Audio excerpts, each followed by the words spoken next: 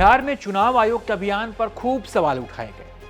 हाल ही में एसआईआर की प्रक्रिया पूरी भी हो गई, जिसके तहत वोटर लिस्ट से लाखों नाम हटाए गए और इस पर विपक्ष लगातार सवाल उठा रहा है। अब चुनाव आयोग ने एक नया कदम उठाने का फैसला किया है, उसकी जानकारी दी है। गुरुवार को सुप्रीम कोर्ट में सुनवाई के दौरान चुनाव आयोग ने बताया कि वो राज्य भर से हटाए गए करीब 65 लाख मतदाताओं के नाम बुधवार तरीके से सार्वजनिक करेगा।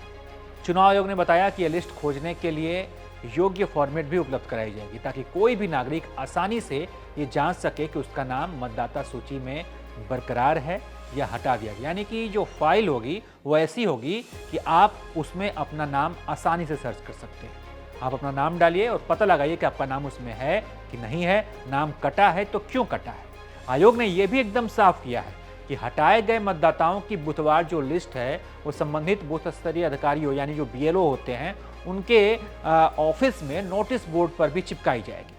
इसके अलावा ये लिस्ट ब्लॉक विकास कार्यालयों, पंचायत कार्यालयों में भी उपलब्ध होगी, ताकि ग्रामीण और शहरी इलाकों में मतदाता अपने नाम की स्थिति के बारे में जान सकें, उसकी जांच कर सकें।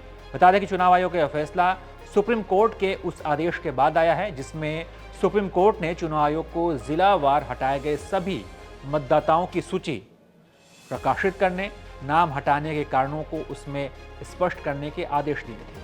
अदालत ने कहा था कि यह भी बताया जाए कि नाम क्यों कटे हैं, क्या मृत्यु हो गई है, स्थान परिवर्तन हो गया है या फिर 2 जगहों पे नाम में क्या कारण है, आप उसमें नाम लिखिए।